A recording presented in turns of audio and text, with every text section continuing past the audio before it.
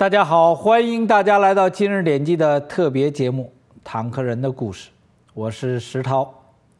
所有来到海外的朋友，其实都有一个基本的认识。那我自己曾经花了一段时间去适应一个概念，就是北美或者说西方正常社会当中的农村的概念、农民的概念。让我非常吃惊和内心中与我的观念产生了相当大的距离感的原因，就是当我来到了那些所谓的农村的地方的时候，真的令我吃惊。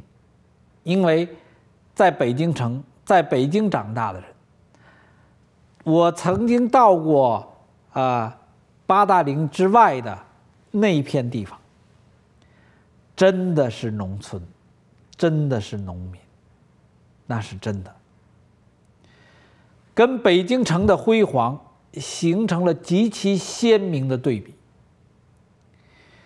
当我们骑着自行车去颐和园、去香山、去八大处玩的时候，我们知道什么叫农村，我们也知道什么叫城里。在中国的社会环境当中，把人分出了三六九等，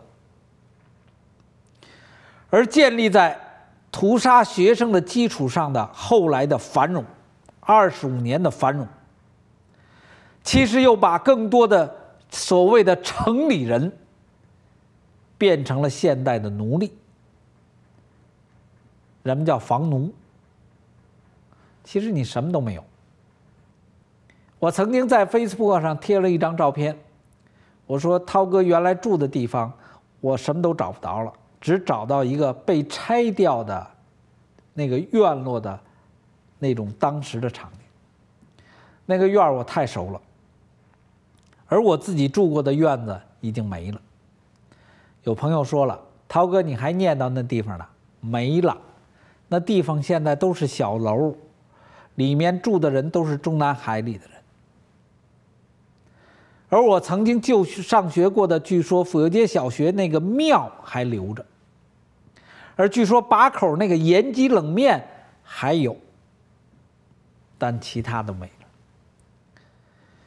都盖成了小楼。而这些小楼，我相信我曾经居住过的童年时的那些朋友们，他们家里是没资格住的。无论你给你多少钱，无论给你什么样的条件，我相信都被轰出去了。那一片一直到西皇城根的9号院，西皇城根的9号院是当官的人住的，据说华国锋当年住在里头。那一片都变成了人家的地盘，但那是我从小童年的时候。人被分成等级，这就是魔鬼的一种表现。在这段影片当中，一位学者直接说，谁跟共产党打交道，谁就在跟魔鬼打交道。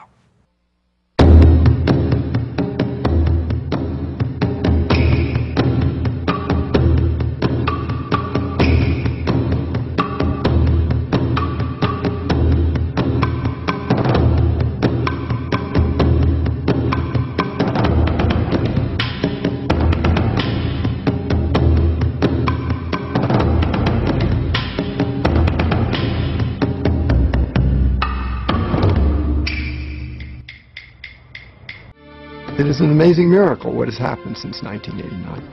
And anyone such as myself standing there during those weeks couldn't have imagined in their wildest imagination that come 2006, China would be where it is today, and the party would still be enthroned.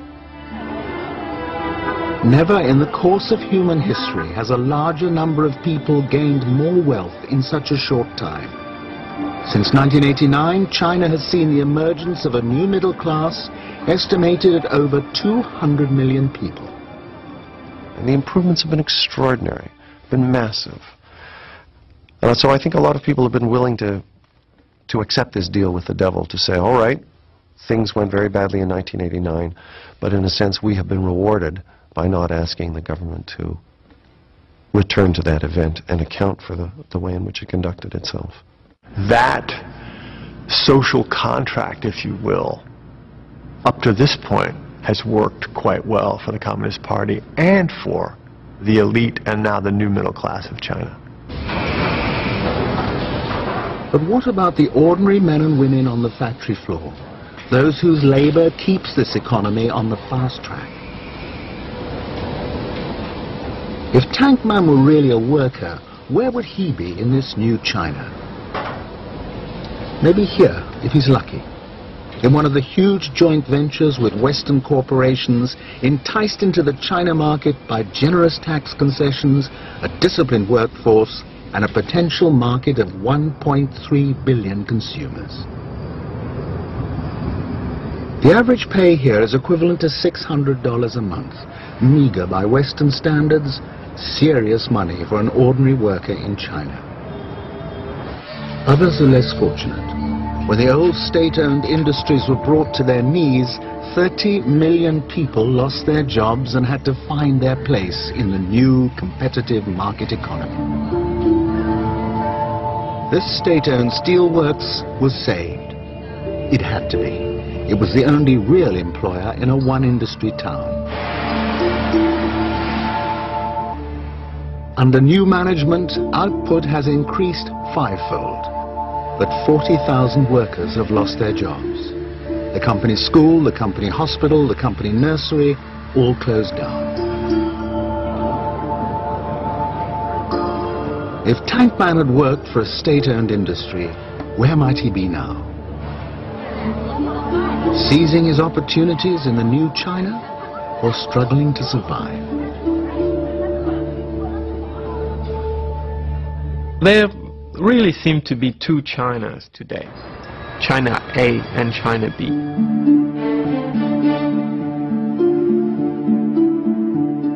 China A is big cities where businessmen and foreign governments go.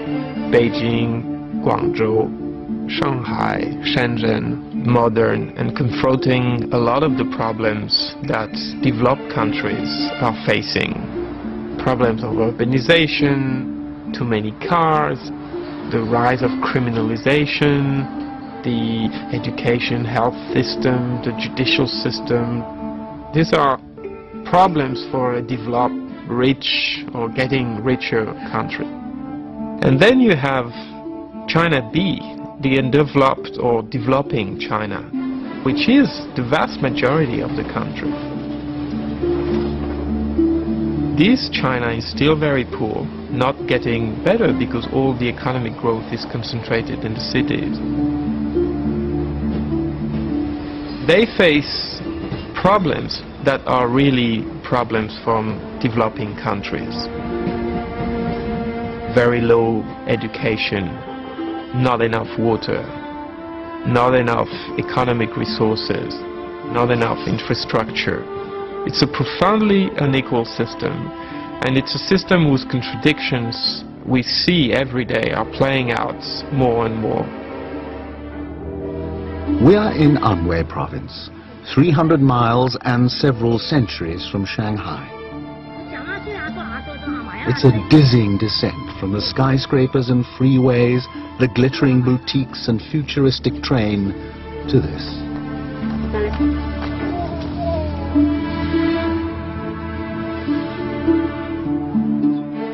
And yet there have been changes here, real changes for the better. Under the old collective system, peasants were virtually slaves of the state. Now they own, or rather lease, their plots and are free to sell their produce on the open market. As a result of these reforms, rural incomes doubled within a decade. But the trouble is that what the state gave with one hand, it has taken away with the other. Education and healthcare, which are the two main benchmarks for the advancement and the progress of a society at large, have totally collapsed in the past 20 years. Education used to be free and accessible for every child in China. But now there is not one kid in China that doesn't have to pay to go to school. And not only the school fees, but the book fees, the heating fees, an array of fees. Children of farmers in rural areas just can't go to school now because they can't afford it. You have to pay, and they can't afford to pay health care. Something like less than a penny in American money per year in the rural areas is spent on health care. It's virtually gone. It's just not there. So if you get sick, you depend on local herbal remedies and folklore or die. It really begs the question, what is in the mind of the Chinese leaders? Is it to make China a rich and powerful country on the international scene, or is it to try to bring into the 21st century the entire Chinese population? There are almost 1 billion people in China B, including at least 750 million peasant farmers and their families. What's so striking here is not just the sense of timelessness, but the absence of young adults. Zhang Mei has 3 sons who have all left to work in the industrial areas. She sees them once a year if she's lucky. This little boy is a grandson. Chin Tang also has 3 sons and a daughter working hundreds of miles away. You just can't make a living from farming here. You have to go away and find work. In recent surveys, the #1 reason migrants give for leaving their homes and families is to pay for the education of their children.